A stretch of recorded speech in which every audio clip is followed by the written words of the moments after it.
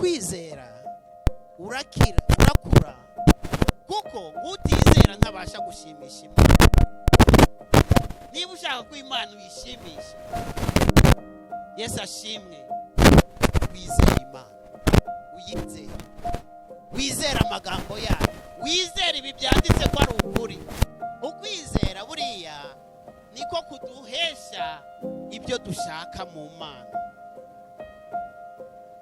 Kwizera kurarema, ukwizera kurarema. Yesu ahabwa icyubahiro. Ukwizera kurarema. Ufite ukwizera kungana akabuto ka sinapi, wabwira umusozi ngo shinguka ugende ujugunye mu nyanja kandi bikakoreka. Ufite ukwizera kungana akabuto ka sinapi, wabwirira iyi business ikaza kandi ukayikora kandi ikaba prosperous.